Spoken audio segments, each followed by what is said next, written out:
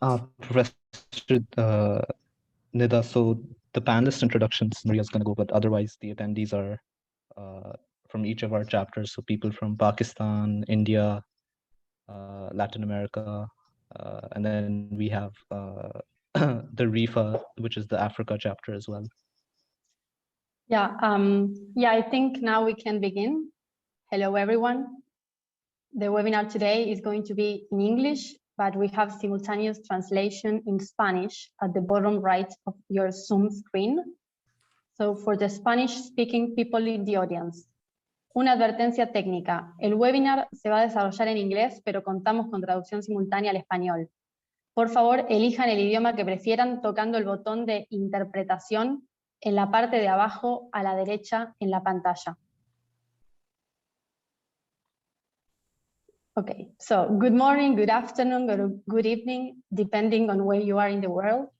Welcome to the webinar on Economics for the Global South. My name is Maria Monza, and I'm from the América Soy. A brief introduction of the Global South Project, which is an alliance of local youth-led movements working towards a better economics for society. Partner networks for this alliance are the India Network, Rethinking Economics Pakistan, the Uploader, Rethinking Economics for Africa from WITS, and the América Soy from Latin America. We are all a part of the larger Rethinking Economics movement, an international network of students and professionals working to diversify and reform economics education.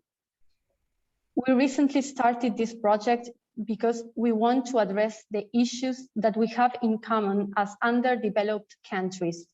Our Eurocentric, Western, and supposedly universal economic theory doesn't give us the tools to understand these common issues. This webinar is the first step. We have invited prominent academics from the Global South to approach the topic of what economics for the Global South looks like. The event structure will be as follows.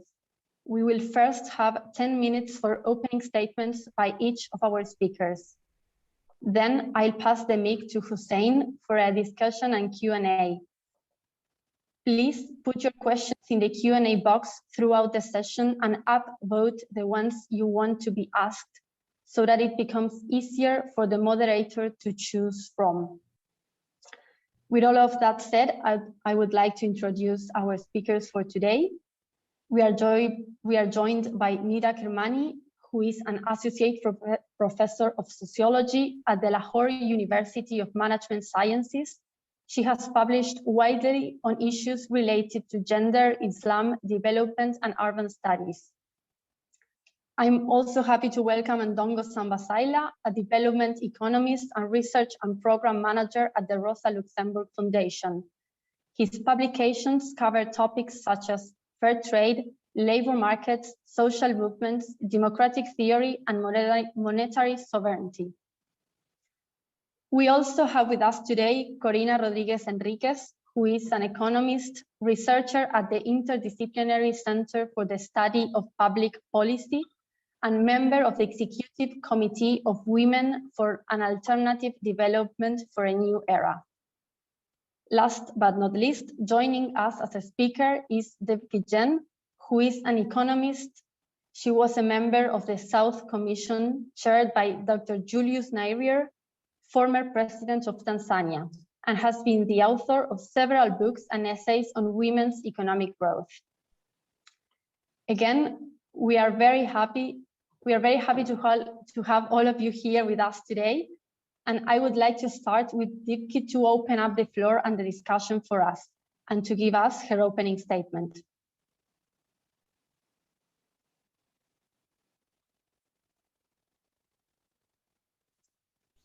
Are you letting me start? Oh, yes, please. Because I can't sit here anymore. Thank you.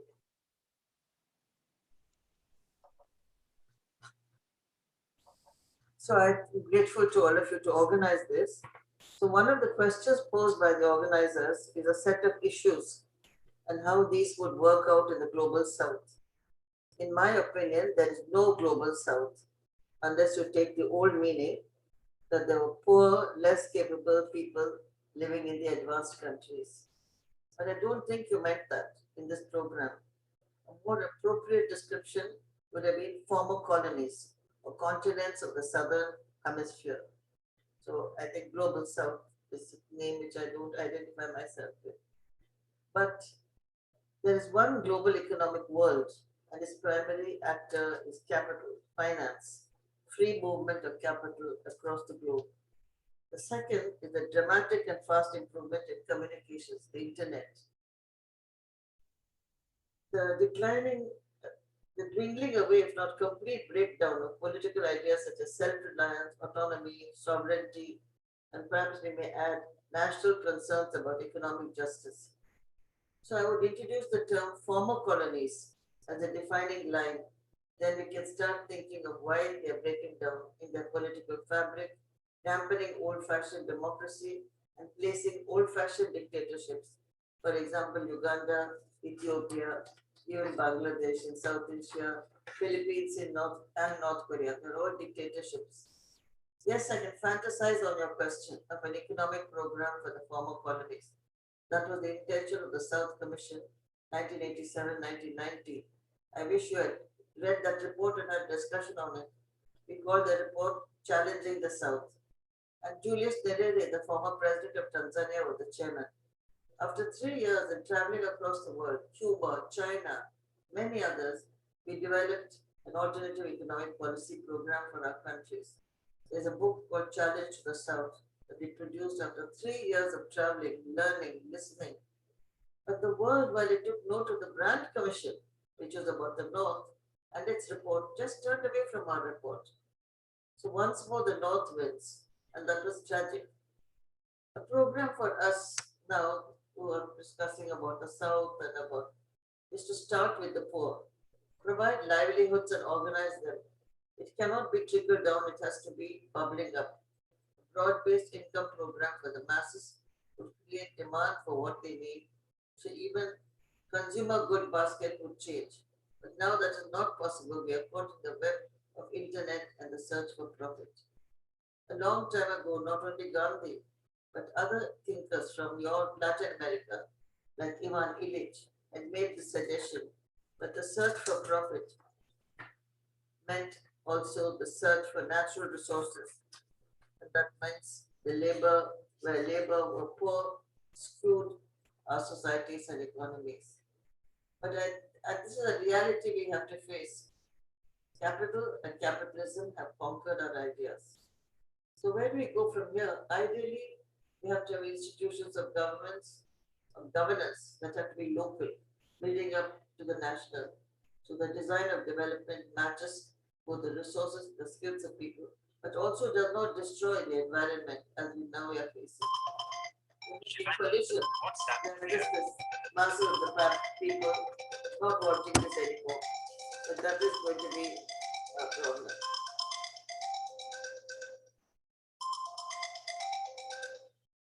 So I don't want to take more of your time. I think it's a very interesting idea you've opened. But I think we need to read some of the material that's already there and see how we can reconstruct an economic theory. I think it is possible, but it should be a livelihood-oriented program. It should try to create self-reliance, but we are in a very uncomfortable world today of economic power. So thank you very much for inviting me. Thank you so much for that, Kipki. And we now move to Nida. Over to you. Thank you, Maria. Thank you so much for inviting me. I hope everyone can hear me okay? Loud and clear? Yeah? Yes, okay. We can. Good. And it's, yeah, I have big shoes to follow after Professor Jain. When I saw her name on the panelist list, I got a little intimidated because she's such a well-known name in the field of kind of economics from the perspective of, and I really like her framing former colonized or former colonial countries rather than global South, because global South really takes away from the point that most of the countries we're talking about spent decades and decades, sometimes centuries, under colonial rule, and then were thrown into this kind of global marketplace and told to just compete as if there was some kind of an even playing field. And all of those centuries of plunder were just kind of erased, and really erased from the way economics and the social sciences is taught both in the former colonizer countries and the formerly colonized countries.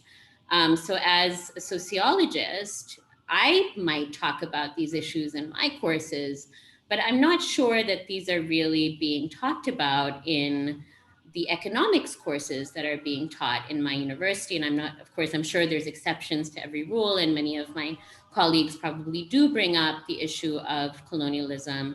But really, from my understanding, talking to students, it's not something that is really discussed in their classes. And then they come to our classes in sociology, and we're telling them a really different story. But as you know, there's a hierarchy in the social sciences as well. And oftentimes, even I think I had this when I was asked to speak at this event, I said, are you sure? I'm not an economist. Have you looked at my profile? Maybe you should go look again. Maybe you made a mistake, because I am rarely, if ever, asked to talk about economics, because we have these kind of disciplinary silos, and it's really only people who have PhDs in economics that are given the right to speak about these issues. So even I have this kind of imposter syndrome that I don't have a right to speak about issues, or if I do, people will not take me seriously. So I think, I had to really make sure that I was being invited on purpose and not by mistake.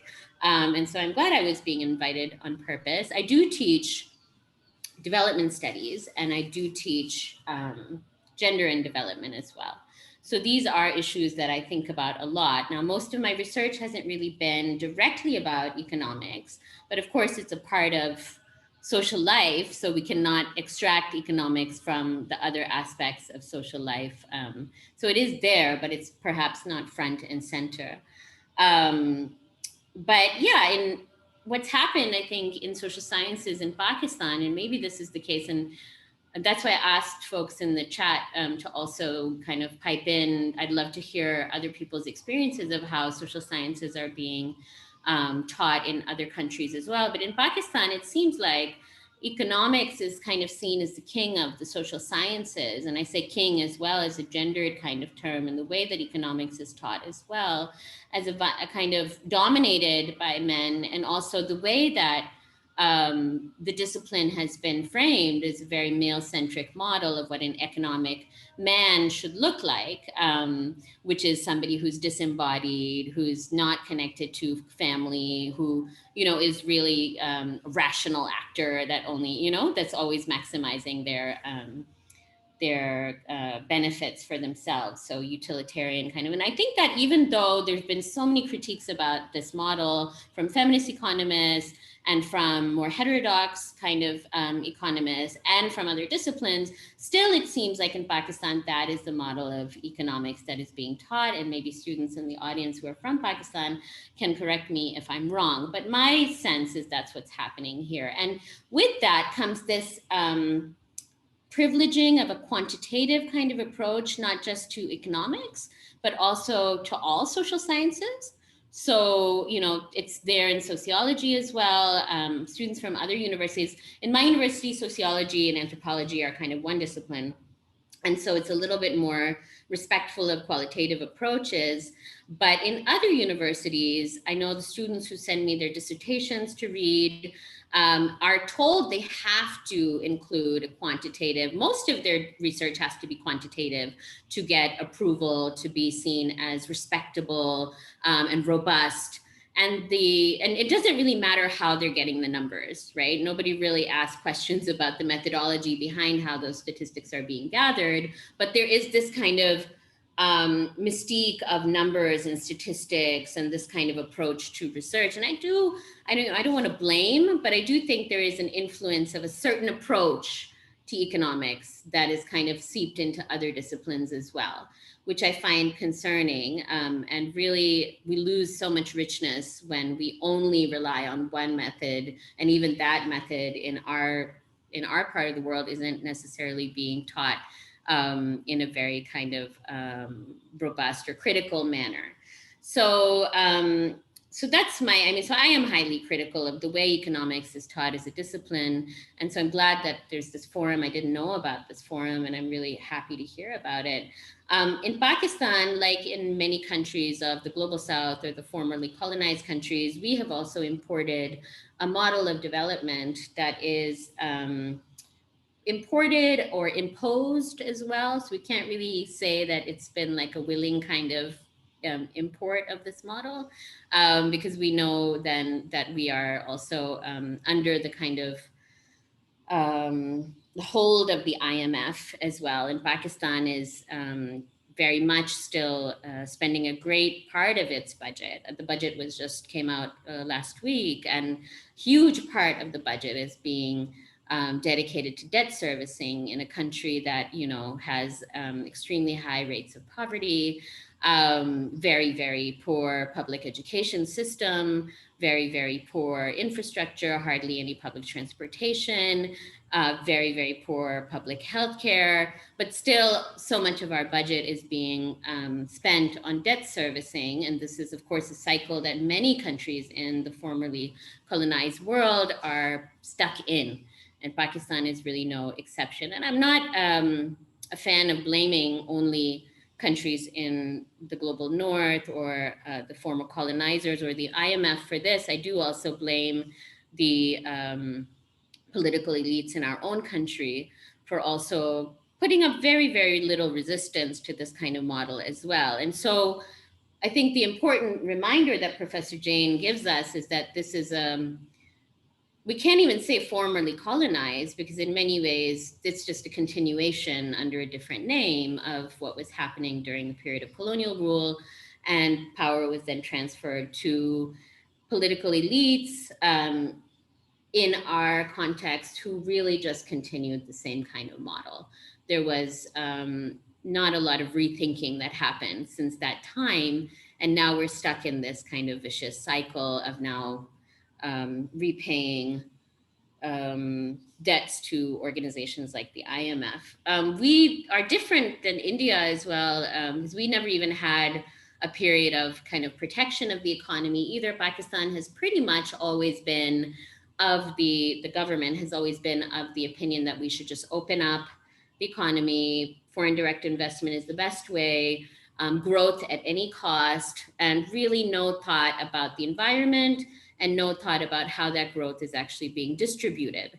So that's, and even, you know, still when it's always the growth number is what gives any government the ability to say, look at how great we're doing, or any opposition to say, look at how terrible the government's doing, but never any question about, regardless of what that growth number is, what's the impact on the environment, and how is that growth being distributed amongst the population? And like many other countries in the world, in global north and global south, Pakistan also has a huge problem of inequality.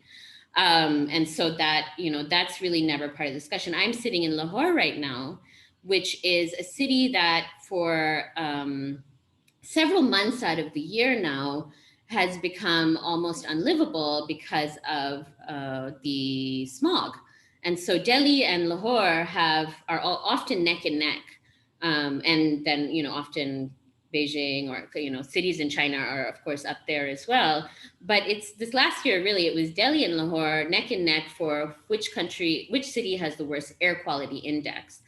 And still no acknowledgement of why this is happening, and why is it that we are creating a situation in which people can't even breathe anymore. What is the model of industrial growth?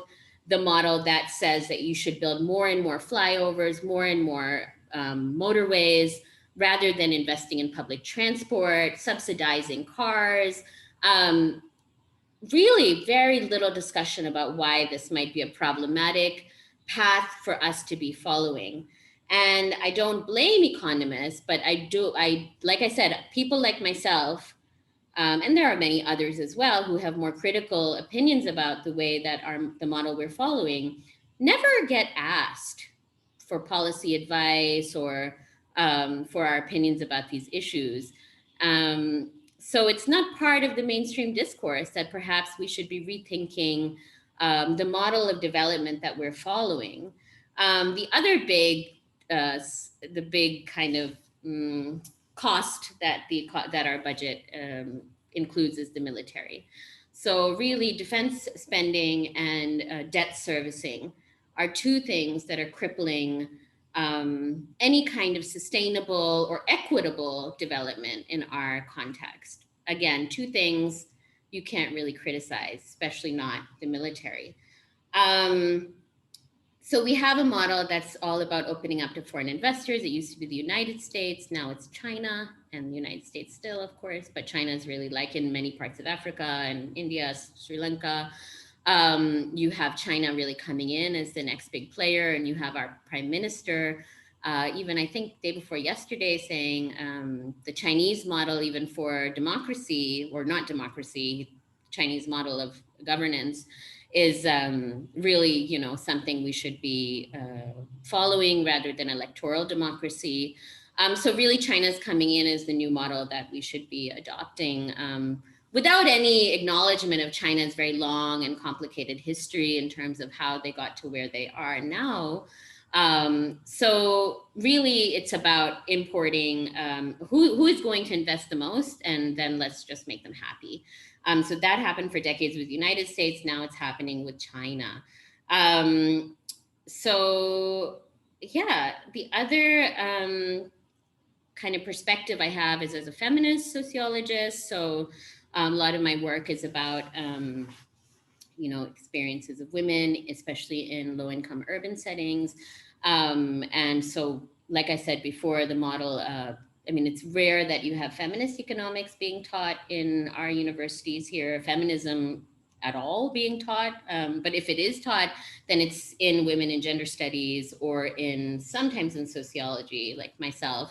But that issue then gets kind of pigeonholed or ghettoized, and it doesn't come into mainstream economic thinking or policy making then as well. So very little attention being given to the issue of unpaid labor.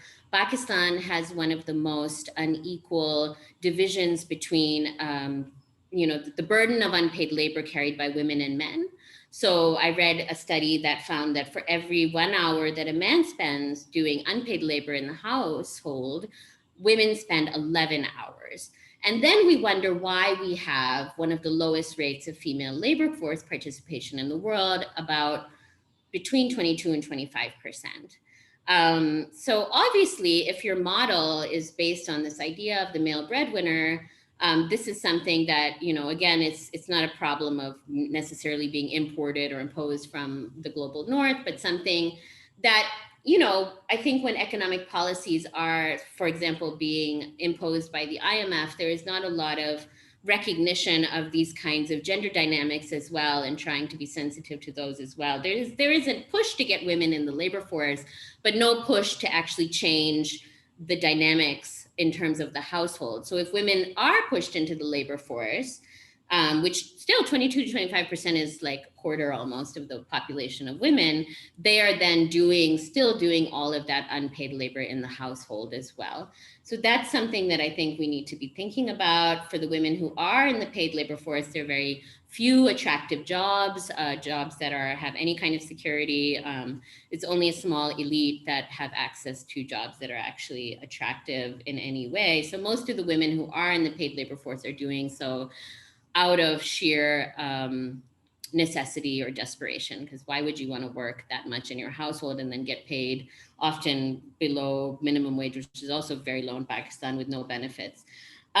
So yeah, I think there's a lot of rethinking we need to do. And so I'm glad to be part of this conversation. I'll stop talking now, but I'm looking forward to talking more in the discussion.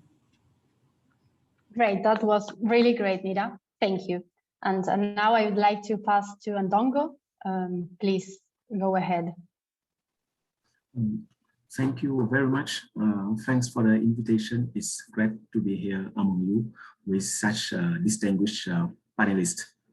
The organizers sent two questions to me. The first one is, how does neocolonialism limit development in the Global South? And the second one is, how are financial systems and institutions connected to neocolonialism? So I'll try briefly to answer those two difficult questions. The first one is, how does neocolonialism limit development in the Global South? From my own perspective, to understand what neocolonialism is, we have first to understand what colonialism was.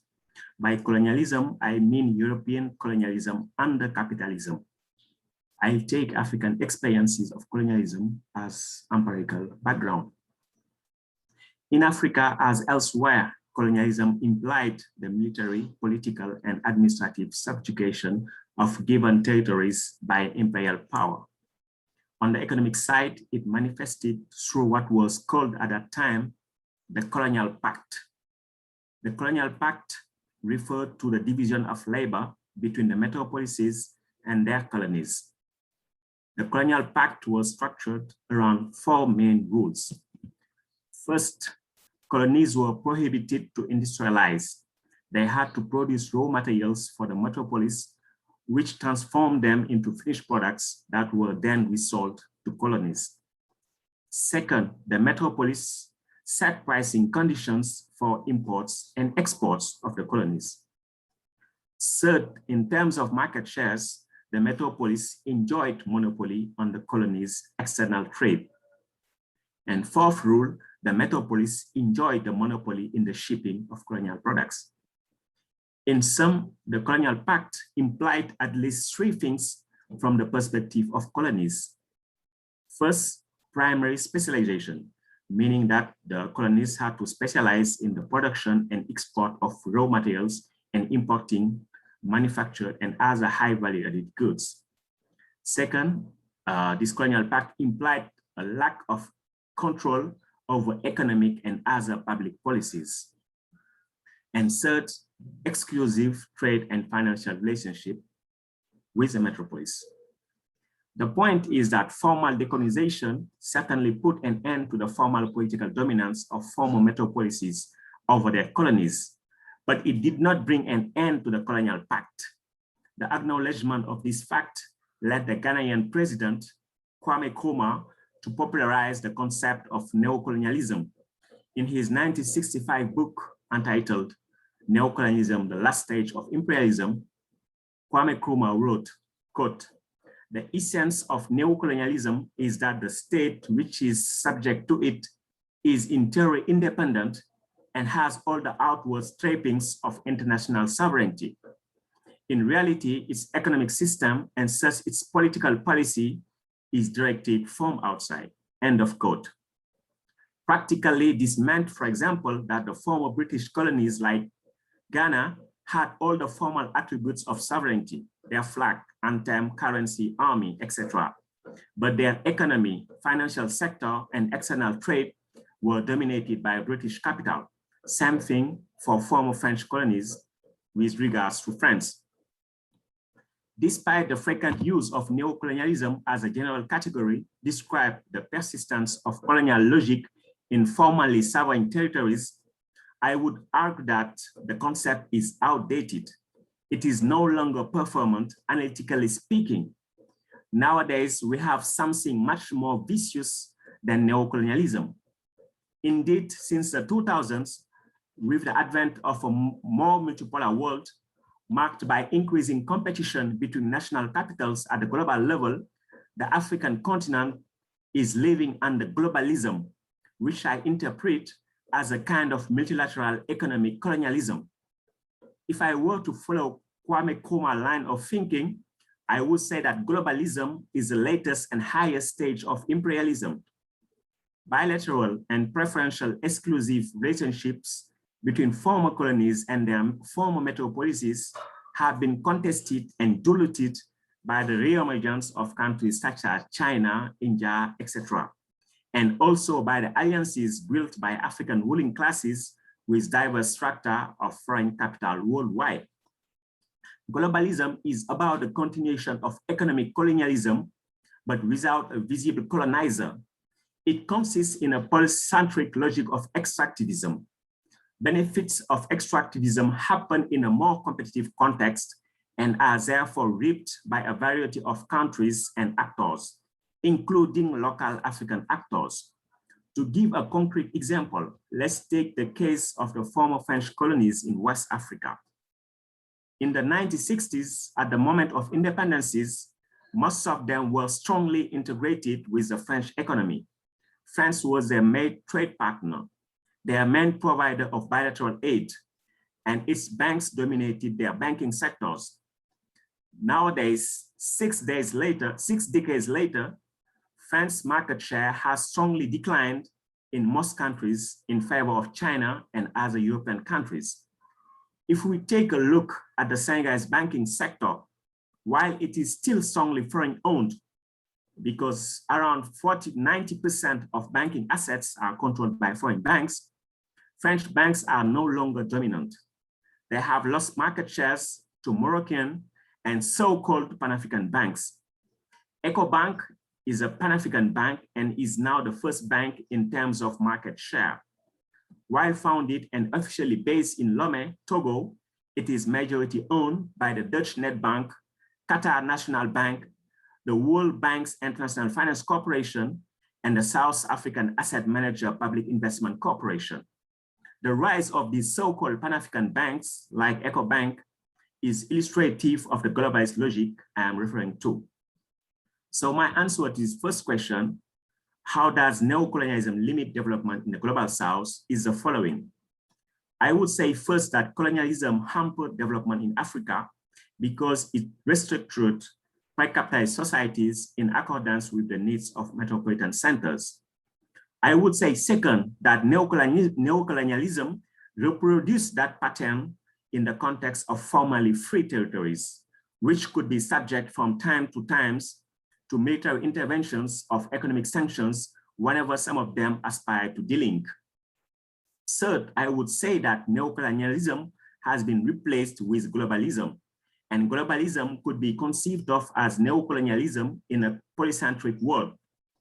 Last but not least, I would say that the elements of continuity between colonialism, neocolonialism, and globalism lie in the fact that African countries are at the low end of the international division of labor and are having hard time to chart autonomously their own development paths. The second question, for which the answer will be more brief, is how are financial systems and institutions connected to neocolonialism? To answer this question, it could be useful to see what happened during colonialism on the financial plane. Under colonialism, financial systems and institutions were dominated by metropolises. They played at least 4 functions. First, limit competition between metropolitan capital and indigenous entrepreneurs. Africans were prohibited to set up their own banks, as in Nigeria and Ghana. They also suffered discrimination in access to bank credits, bank loans. Second, the function of the financial system under colonialism was to direct the credit system in a way that facilitates and consolidates the colonial system. For example, the metropolitan banking sector would facilitate the short-term financing of raw materials production and also of imports from the metropolis. The third function was to create an environment of monetary stability with low inflation, low public deficit, and fixed exchange rates with the currency of the metropolis. This kind of environment helps protect metropolitan capital from exchange rate risk. And the fourth function was to facilitate the transfer of economic surpluses, namely financial savings, from the colonies to the metropolis. So during the 2 decades following independences, African countries tried to build more self-centered financial systems, but these efforts were undermined by the implementation of the so-called structural adjustment policies of the World Bank and the International Monetary Fund. These neoliberal policies implied the privatization and opening of the banking and financial sector. the liberalization of credit management, that means the removal of interest rate ceilings, the removal of state credit guidance policies. It also implied the liberalization of capital accounts and the promotion of foreign direct investment, namely through tax incentives and deregulated labor markets. Last but not least, it also implied the independence of central banks, which are prohibited to directly finance government deficits. To my point of view, what is nowadays called financialization is just the pursuit of the logic of colonial finance, but deployed at a global scale in a context of a removal of the barriers to trade and financial flows once created by the coexistence of colonial empires. This context is also one of US dollar dominance, floating exchange rates, and strong volatility of financial flows. This context is also one where globalized private finance is supposed to be the main agent of development, while states are asked to de-risk the operations of globalized private finance. The states are specifically asked to assume demand risk, exchange rate risk, political and contractual risk on behalf of globalized private finance. This has been called the Wall Street consensus, to be distinguished with the Washington consensus. From the perspective of most African countries, this situation implies diminished control over monetary and financial policies and hence higher dependence on external financial flows and external dictates of globalized finance. To take the case of Senegal again, as a member of the CFA franc zone, its currency system was born during colonial times and has still not been decolonized. It is still controlled by the French government. The foreign-dominated banking sector is not supportive of domestic investment. 44% of bank loans in Senegal have a duration of less than 1 month, and 77% have a duration below 1 year. Real interest rates are high. The agricultural sector, which employs most of the labor force, receives less than 2% of all bank loans. Financial inclusion is limited. Regarding government finance, the constraints of the currency system, namely the need to defend an overvalued peg and the associated credit rationing, create the need for the Senegalese government to rely strongly on foreign finance, namely debt in foreign currency, to fund development projects and a chronic external deficit. So in conclusion, quickly, I would say that creating sustainable prosperity in Africa requires to go against colonial logic, which means in the current period going against globalism.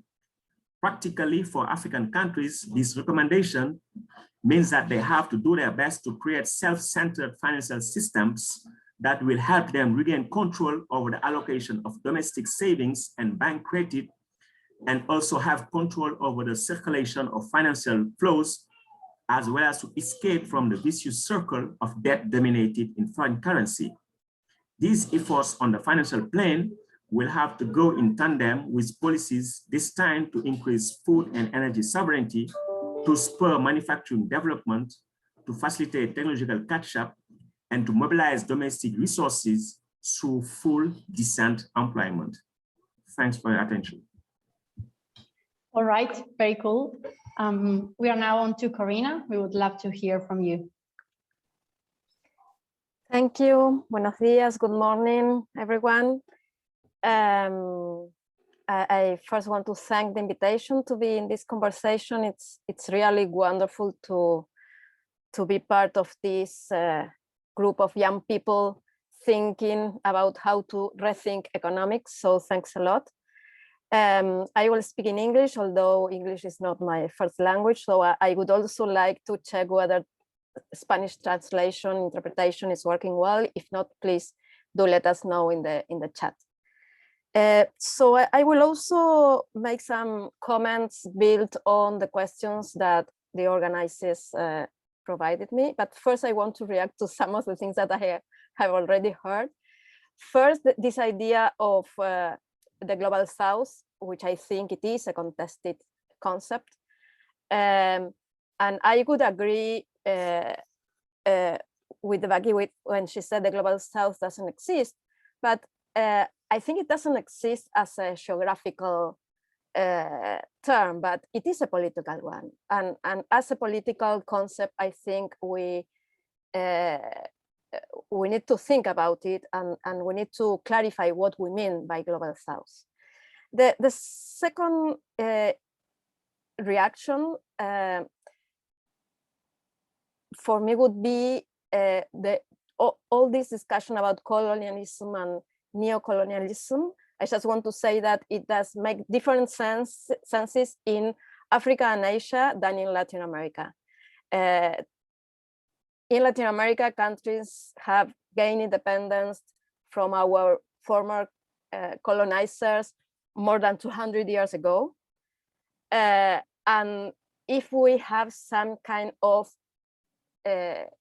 colonial type of economic relation, it's not anymore with our former colonizers, but mostly with the US, which has been a colony as well. So I think this whole idea of colonialism have different meanings, and it's also important that we discuss it. But I very much like this idea that Ndongo brought to us about globalism. And I would like to add to that this idea of globalism also make us think about the colonizer is not really clear, and it's not a nation. For me, this globalism has to do with the idea of transnational corporations being the new, in a way, colonizer. But we can come back to this discussion later. I will now build some ideas from the questions that I received that had to do with the productivistic vision of development and the extractivist development strategies in the Global South, and how feminist economics can bring some light to think about these issues. So my first, and I think I will pose more questions than answers to these questions. And my first question would be whether is there or should there be a specific understanding of development from the Global South. I think that at least what we need is to challenge conventional development views. And I think we have already done so. I think that there is much thought development in the South, not recent, even from many decades ago, that have challenged conventional developments views. And I will like to bring the full production from ECLAC in last century, and of all this idea of center and periphery and many things within the structuralist economic theory. And of course, I think we need to challenge the productivist approach to development, because this way to see development in a way is like understanding development as a trickle down of economic growth. So the distinction between economic growth and economic development becomes unclear. And I think the other problematic aspect of the conventional view on development is that it is focused on production. And here I bring a feminist question: what about reproduction? Which is a very basic dimension of development, and which is made totally invisible in conventional economic thinking. And I think that the other issue that we need to bring to challenge and to dispute the conventional development views is the whole discussion about how do we measure economic progress? How do we measure development? And of course, there have been already a lot of discussion about this, and many people are saying, okay, GDP is not anymore a good measure of economic progress, but still it is the measure that we use, and still it is, the goal that every year the governments established. This year, our economy will grow X% of the GDP. Of course, the extractivist development strategies that are very much spread in Latin America, the place where I come from, are a good example of this narrow view of development, or of the conventional narrow view of development, because it does not take into account the long run. In the long run, no more extractivism will be possible because there will be nothing else to be extracted. And as well, extractivist development strategies do not take into account social and environmental consequences. And Nida was already saying some things about this from the point of view of someone living in Pakistan. So if we have a development strategy that has not taken into account social and environmental consequences, so how can we call it a development strategy? If development is supposed to have to do with improving social conditions. So what is development meant for if we have these extractivist development strategies? But then I would like to bring this question, or this idea that extractivism, I will phrase it as a question. Is extractivism a choice for the South, or is the only thing that we have left? Because I think we also have to put this discussion in context. And I think we cannot understand extractivism in the South without taking into account the political economy of globalization, of which Ndongo have just said quite a few things.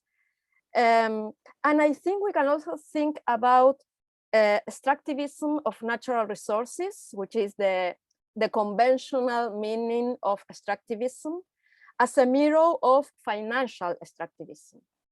And I think the whole idea of extractivism should be expanded to consider not only extractivism of natural resources, but also extractivism of labor, of time, of data, of information. And then we will have and also financial extractivism. And I think there are many connections there. And also extractivism has to do with business opportunities for private sector in the North, but not only in the North. In Latin America, one of the main actors currently in extractivist industries and in extractivist projects is China. And there was a question, I think they are asking whether China is part or not of the Global South. And I think that is part of how we frame this idea of the Global South. So to finish with my 10 minutes, what does feminist economics brings to this debate? I think many things. One is that it makes it visible, what is invisible for the conventional and orthodox approach. It is the central role of reproduction, understanding reproduction as the everyday reproduction of living. And it is reproduction not only of people, it's also reproduction of the planet. And here the connection between the feminist view and the ecological view is very evident.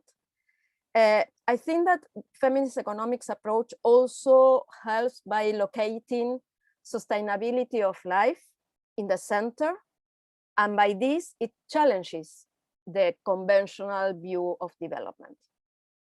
From a feminist perspective, we cannot understand development without considering what development strategies means for everyday life reproduction of people and of the planet. And I think the feminist economics perspective also brings a different idea of progress. Progress, from our view, is understood as the enlarging of life opportunities. It's not has to do with economic growth, and social indicators and inequality indicators are much more relevant to assess the progress of an economy than GDP or even many other macro indicators. because inequality is in the center, and this is the last point I think I would like to highlight about what feminist economics brings to the discussion. Because if we focus on inequality, if we set inequality in the center, then the progress of some at the expense of poor quality of life of other people is not possible. And the organizers also asked me, how do we get this approach into the state and the economy? Of course, this is a question almost impossible to be answered, but I would say very briefly that this will be possible with more feminist economics and with more feminist economists. And I think this will also be possible by building bridges between academy and activism. And I think this should be a real call for all of you here today in this room and in this debate. I will stop here. There was something about South-South cooperation that I think we can come back to that in the discussion. Thank you. Thank you very much, Corina, and all the speakers for setting the scene for today. Now I want to ask Hussein to take over for the next session. Thank you very, very much. Thank you, Maria. So unfortunately, Professor Devaki has left due to some urgent commitment, but we'll carry on with the event. So it's good that she actually touched upon this idea of the global south, because that was our opening statement. So I'm just going to jump in by asking you, Professor Ndongo. You mentioned a lot about, as Professor Corina said as well, about this political economy of globalization. And I want to ask you, is mainstream, because we want to sort of first talk about what the issue with the mainstream is before we go on to the global south. So do you think that mainstream economics is so steeped in this neo-colonialism that you said that there's an issue with the entire discipline, or only specific parts in your view? Well, thank you for this question. If you look at mainstream economics, generally I tend to portray it as a caricature of what is happening in developed industrialized countries. And this caricature is being, let's say, exported in developing countries. We taught our students caricatures of what is happening in the developed countries. So mainstream economics lacks what has been called the problem of historical specificity. That means what have been the historical trajectory of countries called developing countries, global south, or third world, and what are their, let's say, economic structures, constraints, etc. The, let's say, body of, let's say, knowledge called the structuralism, dependency theory, etc. They had this goal of, let's say, giving more accurate description of what is happening in, let's say, the developing countries, global south, etc. But, since the 1980s, there have been this backlash saying that, yeah, all those policies inspired by the dependency theory or socialism failed, etc. But I think there had been a very powerful idea behind, let's say, structuralism and dependency theory. And the most important for me is the idea that economic catch-up is impossible. Not unlikely, but impossible, And this has been said, let's say, in eloquent terms by the likes of Celso Furtado, Samir. I mean, in the 1970s already, they say that any attempt to reproduce the Western development trajectory should lead to civilization collapse. So that means you could not catch up. It's impossible. And if you would try to catch up with China, catch up with the West, or we're trying to catch up with China, it's not possible. And this was not a pessimistic message. It was just saying that you have to find another model, but the capitalist model could not work. And this message has been lost. And I think it's a powerful message to revisit again and try to adapt it in the current context. So that's very helpful, actually. And just building off of that, Professor Nida, although your research is primarily in sociology, you do approach, economic questions quite a bit and sort of use the toolkit of what economists have. I want to ask you if you found, in your research times where the entire discipline of mainstream economics is something that's just not usable, or there's certain aspects of that toolkit that are still useful when thinking about the global south? I think for me, I don't want to, I think it's unfair to demonize all of the discipline of economics. I think it's really an issue about which kind of economics has come to dominate. So, and that also is a result of a certain kind of capitalist model. So, of course, if you are in a context that is pro-capitalism, then your universities will also prioritize those models that support that particular ideology. So it's that, for that reason, I think economics, the way that, the whole discipline gets painted with this brush, and I don't think that that's fair, because we know that there are a lot of economists who are struggling for a different understanding, and who are pointing out the shortcomings of the way the kind of neoclassical economics has been done. And I think Corina also spoke to feminist economics, and feminist economists have been for decades pointing out the shortcomings in the way that kind of mainstream or kind of neoclassical economics is being framed. But their voices are often marginalized, and they aren't being included when it comes to policy making. But certainly for me as a sociologist, I definitely draw a lot from feminist economists when I'm trying to understand social relations at the neighborhood or household or even national or international level. So definitely they draw attention to questions of reproduction being just as important or intrinsically intertwined with production.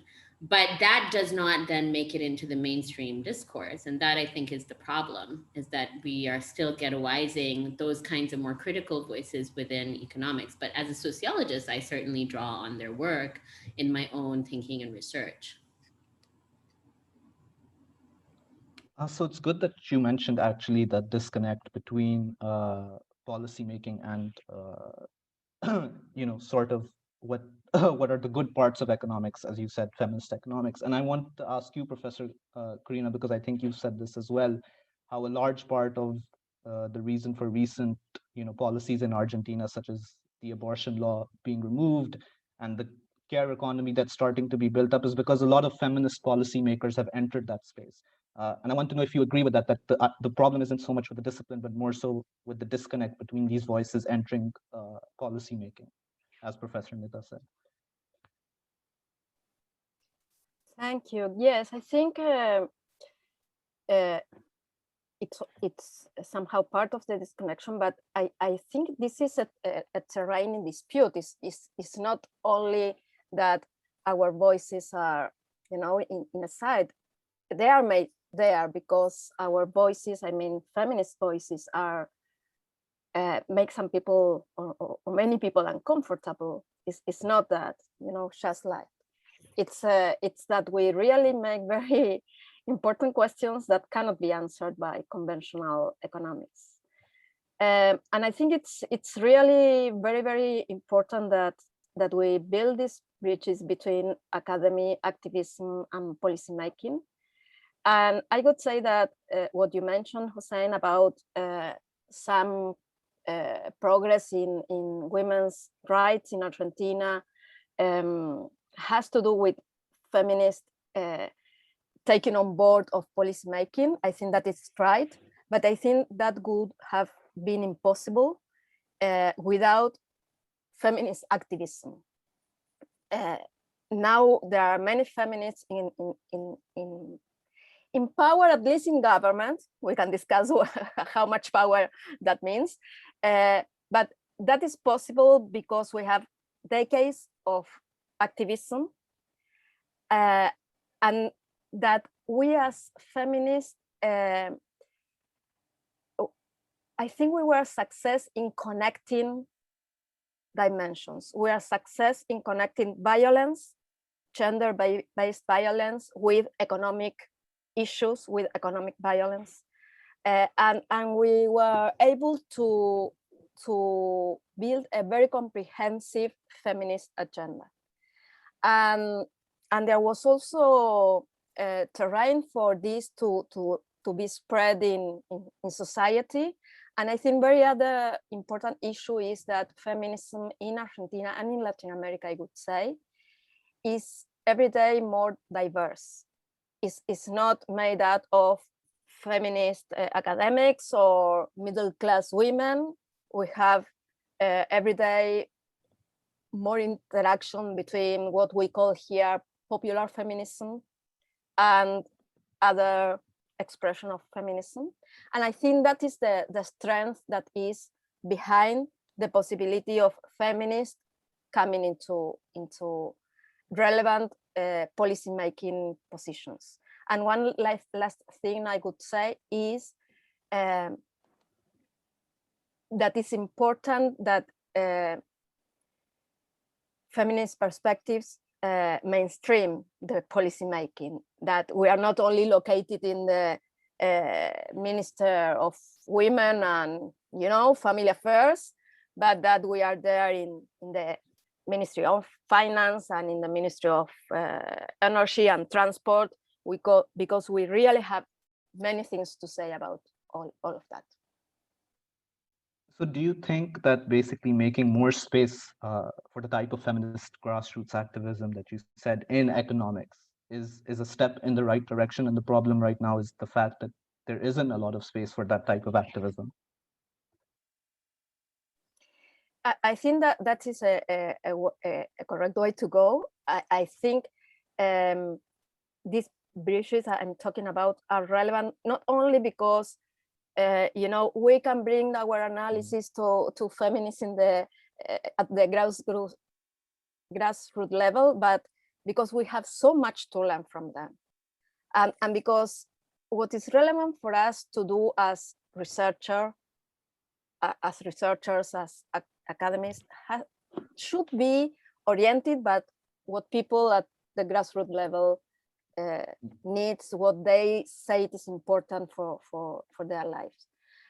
So I think this connection is very, very relevant, and it's not from one side to the other. It's a conversation and a mutual learning, and it's very important that we shape our work by that conversation. Yeah, and I asked that because Professor Nida, a lot of your work has been sort of linked to activism. You talk a lot about political things that are happening in Pakistan constantly, and I'm curious, how do you see activism in your own sort of academic circles in economics specifically? Are economists, people that are very, activism driven? And if not, is that the main issue for why you think you don't interact with the mainstream as much? Why I don't interact with mainstream economists as much, or? Yeah, or why you feel that there is, a pervasive issue in mainstream economics? I mean, I don't think it's necessarily a problem of just economics. I think it's rare that you see academics coming out of the ivory tower and engaging with, at least not in Pakistan, with political or social issues. So I just feel like academia itself is very conservative in its approach, not necessarily in terms of, you might have people who are very progressive in their thinking, who are in academia, but they are conservative in terms of how much they are willing to share those ideas outside of their own research or in their classrooms. And even in the classroom, they're very careful about what they'll talk about. And I understand that with students, you don't want to be accused of trying to, sway their opinion in a particular way.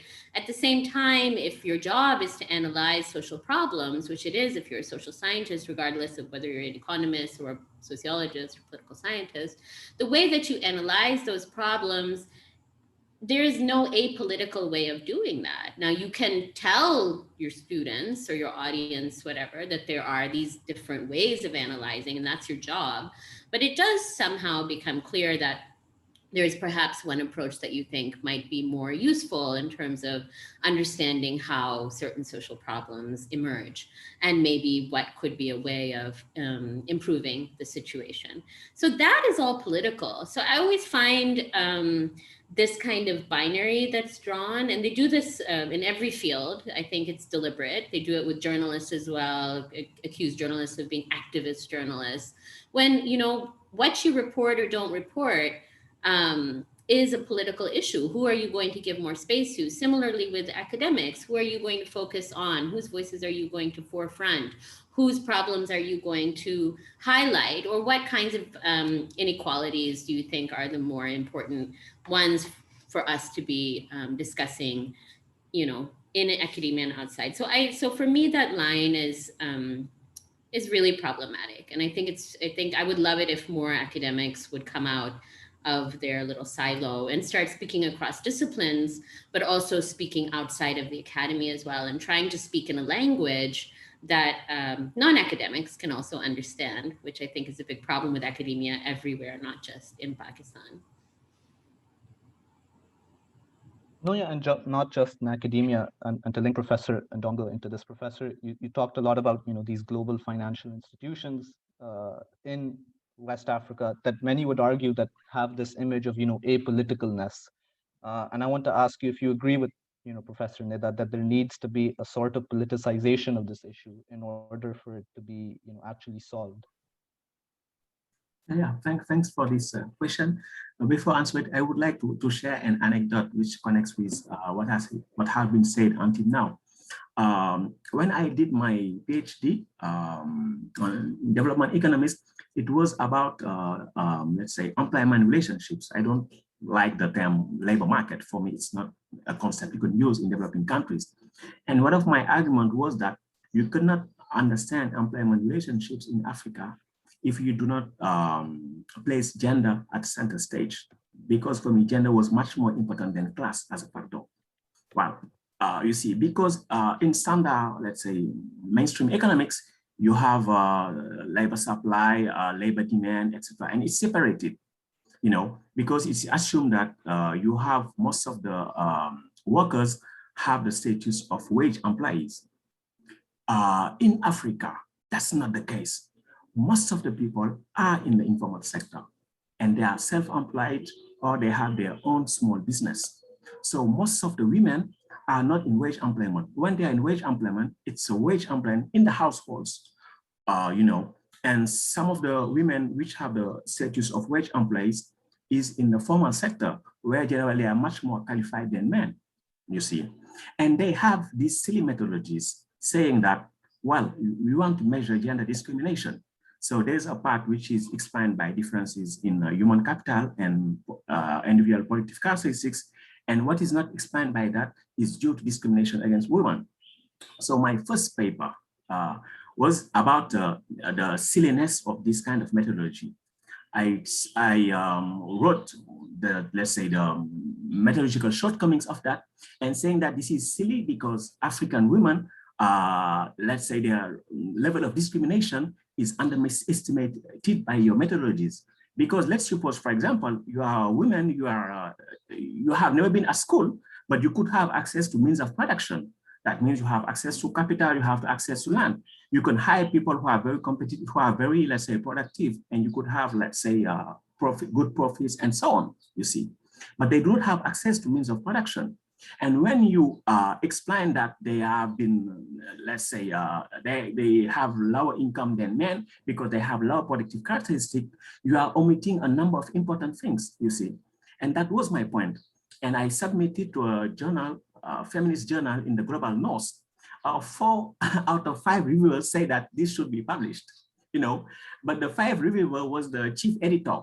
And she said, we can't publish it because you are destroying a tool for us in the Global North, you see. Well, yeah, it's interesting. Since then, that I have never written about that, you see, because I don't find any outlet for that. Because you are an heterodox economist and you are using let's say, mainstream economists approach to destroy their approach. So nobody would be interested.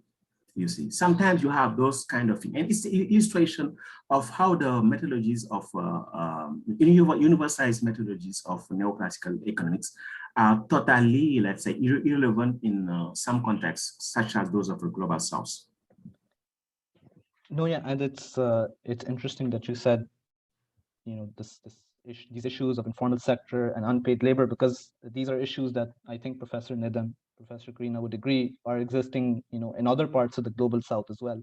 And so just to follow up on you, you know, you talked a lot about how globalism is sort of a continuation of neocolonialist, you know, financial systems. Do you think we should be replacing that with a form of globalism for the global south that connects these different parts of the world that are going through these same issues? Well, I think if we, let's say, accept the idea that economic catch-up is impossible, that means we have to have, let's say, more self-centered domestic economies. When I say self-centered, that is not autarky. That means that prioritizing the needs of the majority, and this needs international cooperation. We could have so-called South-South cooperation. Myself, I would say anti-capitalist South-South cooperation. You see, for me, this is critically needed. We don't need free trade, but we need trade which is fair and which, let's say, is complementary between the needs of different, let's say, zones, etc. For me, we have to think like that, to control the power of finance. Finance should be controlled by people to serve the needs of people. It's not easy, but I think it's the kind of fight we have to wage. And we have to, let's say, academics, policymakers, and social movements, civil societies should be at the forefront of this struggle. In Africa, myself, I have been involved in the struggle against the CFA franc, which is a colonial currency. When I say colonial currency, it's literally a colonial currency because it's still functioning as it was when it was created during colonial times. So that means that, yeah, analytical efforts, intellectual efforts alone are not enough. We have to bring together, let's say, activists and policymakers, progressive policymakers. Yeah, and Professor Corina, just want to ask you, you know, in line with what Professor Ndongo said, that these free trade systems that we've built up, what do you think has been the result of this free trade, Western, you know, Eurocentric approach to economics on these policy prescriptions for the global South?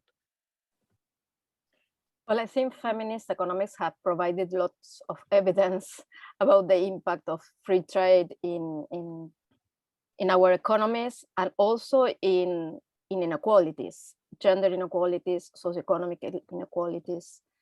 So I think the point is clear, and I think it's also clear how the institutions that are supposed to regulate the global trade are colonized by not only, I would say, Western political power, but I would say mostly now by private sector, transnational corporations.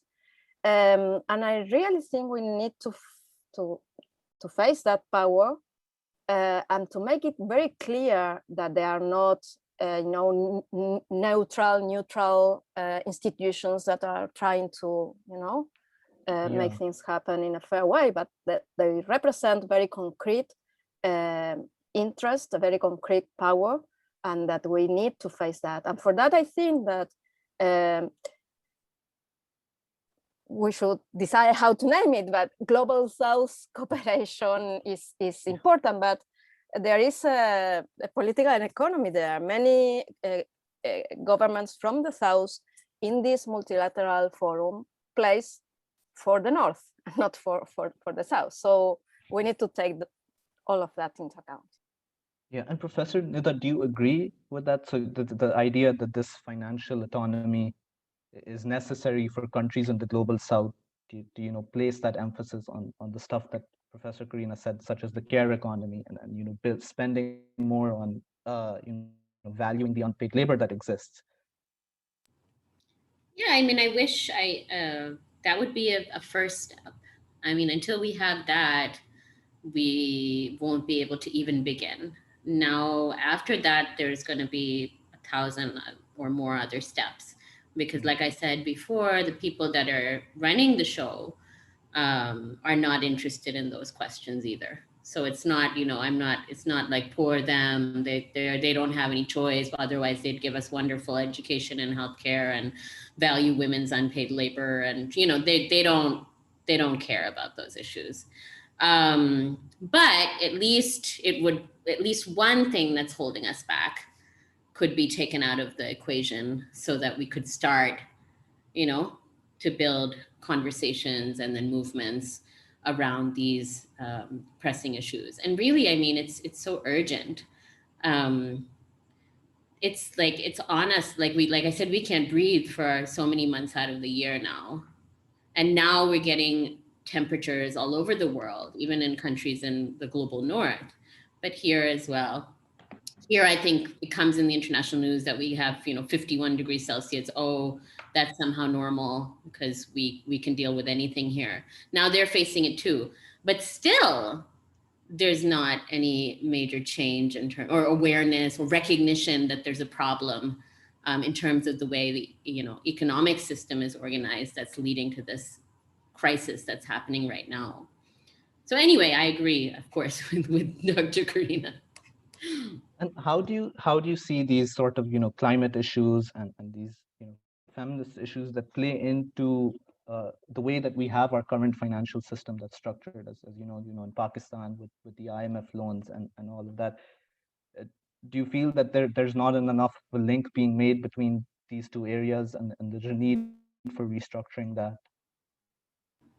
Yeah, there's no link being made. I mean, zero. I think there's no recognition that, for example, the smog is a direct result of a certain kind of economic model, and that model is growth at any cost. And so it's really that development doesn't mean what I thought it meant when I started my master's in development studies, which was making the world a better place. It really doesn't mean that at all. It means growth at any cost. So just call it growth then. Don't call it development. And definitely that's what's happening in Pakistan. Yeah, and Professor Corina, you said tying into that, how can we call what's happening right now a development strategy? Like it's not development, it's growth. And so do you think that there should be like a rewriting of these narratives, and that rewriting should largely come from these local thoughts, these local ideas, the university system, which doesn't feed into shaping these ideas at all? I think that there is already a building of a different narrative. It's already happening. Of course, it's not happening mostly in the academic corridors, but it is already happening. At least in Latin America, we have plenty of stuff from what we call neocolonial feminism. And I think there is stuff there already written, already disputing the concepts, the methodologies. They are kind of happening in the margin, but I think they are spreading. And I think it's there where we need to focus. I think for me, at least, I am an academic. I teach at the university. My salary is paid by the National Council of Research in my country.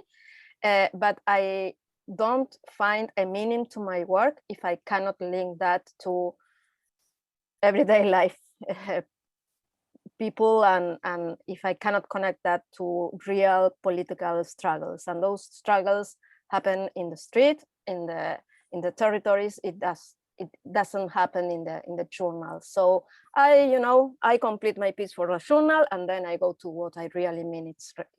What I really think it's relevant. Yeah, and Professor Ndongo, how do you think we can begin to build that sort of that alternate economic theory for the global South that Professor Corina is talking about? Yeah, I think one important thing would be to have facts right about development. You see, there is this idea that foreign direct investment will help develop public development aid is helping, let's say, developing countries, etc. I think we have to make those things very clear. They are not helping development or helping achieve material progress for developing countries. In fact, they are perpetuating the structures of underdevelopment. I do not say that this is deliberate, but that's how the system works. You know, at the beginning of this year, there's a very important paper that has been published. It's called Global Patterns of Ecologically Unequal Exchange.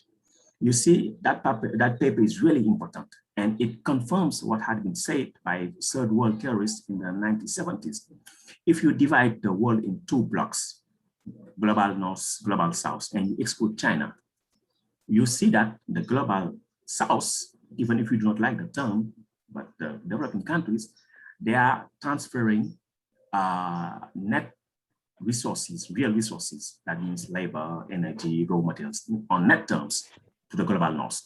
But most importantly, they are also transferring net amounts of money. But the money is in US dollar. It's not, let's say, in developing countries' national currencies. So how could you explain both things? Net transfer of real resources, net transfer of money.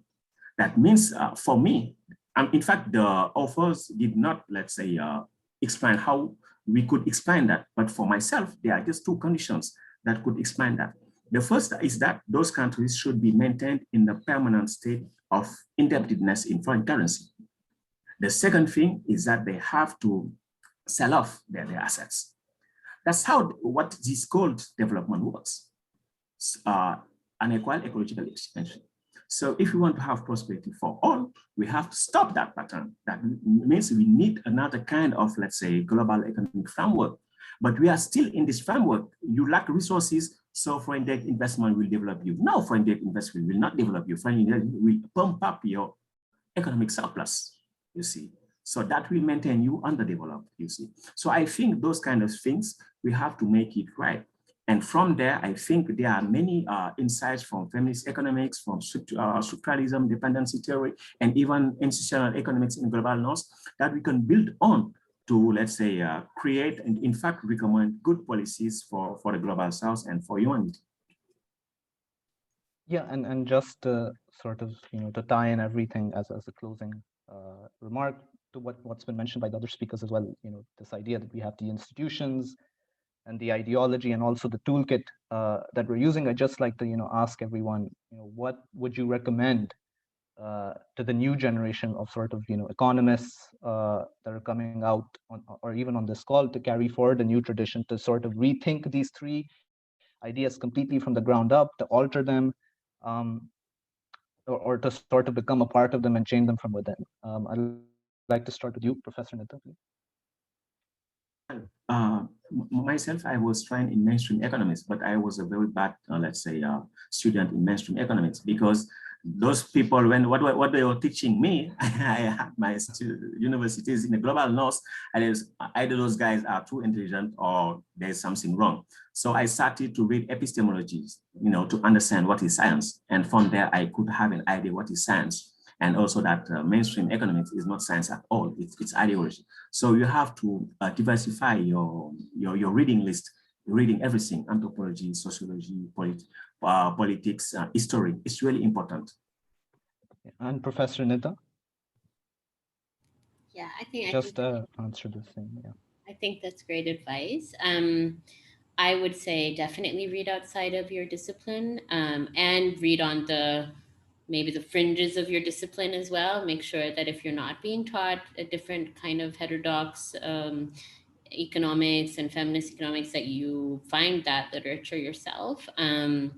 And also outside of your discipline. And also, I think Dr. Corina also mentioned this, outside of academia and connecting with activists. And of course, this binary between activists and academia, I've already said that can be problematic, but talk to people who are not academics, talk to workers in factories, talk to domestic workers, talk to, get out there. And I think that a lot of times maybe the way that the papers that I've read are so kind of, the way the quantitative data is being gathered is not in such a way that you actually sit down and have conversations with people about their issues, their problems. It's always about kind of extracting certain kind of information and getting it into tables and numbers. And so I think you miss out on a lot of the richness and a lot of the shortcomings of the way that economics is being taught to you. So I think if you get out, engage with social movements, read about and meet and participate if you feel compelled, I think that would definitely change your perspective. No, definitely. I think that's a sentiment that you would agree with as well, Professor Corina, right? Yeah, I fully support what Nida and Ndongo have just said. I would only add that I think you should not try to comfort others, to comfort your professors and the journals and etc., but to keep really up to what you think it's the correct way to go. And I'm sure you will find other people that think like you. And I think collective thinking and collective work is also part of the strategy to change the world and to change the economics. No, definitely, and very positive note to just sort of wrap up the event. Thank you once again, everyone. Apologies for the audio issues at the start, but it was really nice to have people together from different parts of the world that we don't normally see together, and hopefully we'll continue this with future events as well. And for our attendees, and panelists as well, I'd like to remind them to follow us, on Instagram at Rethink Econ Global South, and for any rethinking chapters out there that want to be a part of this as well, you can reach us at our email, globalsouth@rethinkeconomics.org. And yes, Professor Nida will be available online shortly after as well. Thank you once again, everyone. Thank you very much. Thank you very much. Thanks. Thanks a lot.